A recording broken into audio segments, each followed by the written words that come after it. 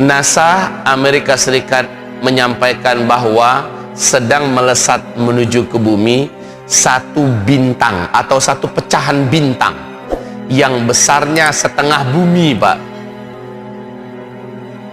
Diperkirakan bintang ini 70 sampai 80 tahun yang akan datang akan telak menghantam bumi.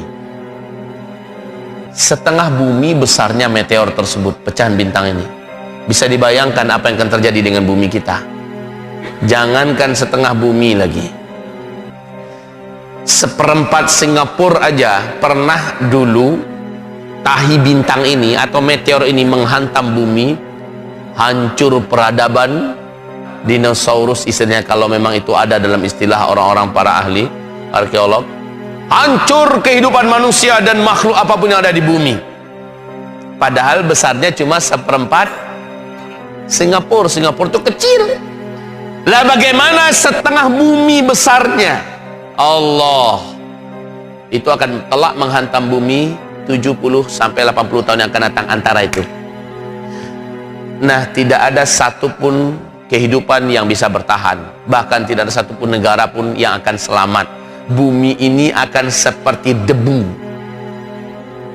Ini pernyataan NASA. Silakan buka di YouTube agar jangan dikatakan ini adalah sebuah karangan dari Ustaz Zulkifli Muhammad. Silakan kaum muslimin.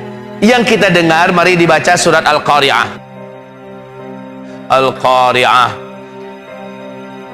dentuman besar di langit yang teramat sangat menakutkan.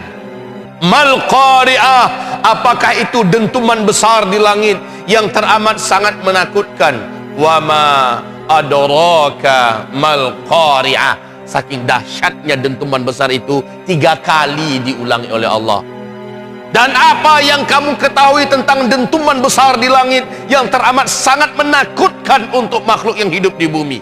Pada saat dentuman itu terjadi, yauma, pada hari itu, yakunun nasu kal farashil mabthuth. Manusia-manusia yang hidup di bumi menjadi seperti anai-anai yang berterbangan kemana-mana. Orang-orang pada berterbangan saking hebatnya, Pak. Wa takunul jibal kal'ihnil manfush. Pada saat itu bahkan gunung-gunung sekalipun akan lepas dari akarnya dan berterbangan seperti kapas yang ditiup. Allahu Akbar. Dahsyatnya hantaman itu, dahsyatnya ledakan itu, Pak. Apakah ini yang dimaksud? Allahu a'lam. Tapi ini ilmiah, Pak. Karena kajian ini hampir mirip 43 tahun yang lalu. NASA Amerika Serikat juga mengatakan bahwa tahun 2013, kata NASA, bumi ini pada tahun 2013 mulai memasuki arus sungai meteor di ruang angkasa. Lah bumi kita melintas di situ. Startnya dari 2013. Peluang bumi kita mengalami hantaman-hantaman meteor ini ada. Dan itu terbukti, Pak. Pas 2013, bulan Februari, tanggal 14 Februari 2013, meteor pertama masuk ke bumi. Betul nggak? Jatuhnya di Siberia, Rusia. Masih ingat? Besarnya meteor itu 10.000 ton. Melesat dengan kecepatan yang sangat dahsyat, jatuh di danau es di Siberia, Rusia. Kekuatan laju dan kekuatan aura yang dibawa oleh meteor ini menjadikan 30.000 lebih gedung-gedung kaca hancur dan kacanya melesat seperti panah. 1.200-an korban. Ada yang mengatakan 1.400-an korban. 2013. Masih 2013, meteor yang kedua jatuh di Argentina pada tanggal 14 April.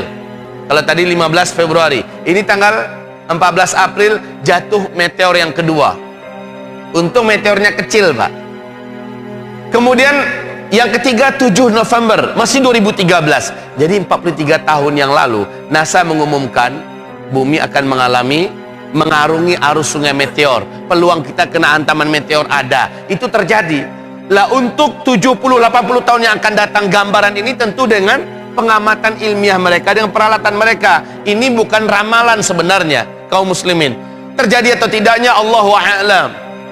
Baik kaum muslimin, waktu yang bersamaan tahun 2001, pakar gempa Jepang mengumumkan bahwa 75 sampai 80 tahun yang akan datang, bumi ini akan mengalami gempa yang maha dahsyat.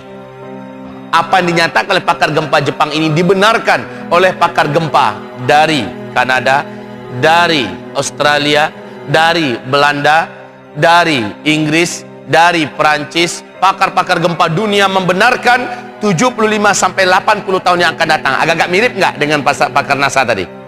Akan terjadi gempa maha dahsyat di bumi ini. Tidak ada satu negara pun yang akan selamat, tidak ada satu manusia pun yang bisa hidup. Saking hebatnya gempa itu. Untuk kita orang beriman, gempa maha dahsyat hanya ada dalam surat Az-Zalzalah. Idza zulzilatil ardu zilzalaha, apabila bumi ini digoncang segoncang-goncangnya. Wa akhrajatil ardu athqalaha, akibatnya semua yang ada di dalam perut bumi, yang ada di dasar bumi akan tumpah keluar. Lahar-lahar gunung meletus, seluruhnya tumpah. Air laut pun menjadi tsunami. Wa idzal biharu fujirat, apabila air-air laut tumpah ruah membungkus bumi. Tsunami Nabi Nuh berapa tingginya? Tsunami Nabi Nuh berapa tingginya?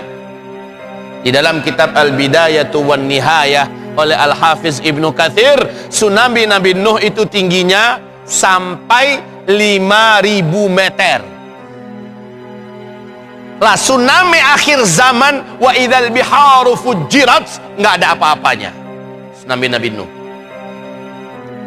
Alangkah dahsyatnya, ngerinya pemandangan ketika itu. Makanya mudah-mudahan bukan kita orang yang menyaksikan kejadian itu.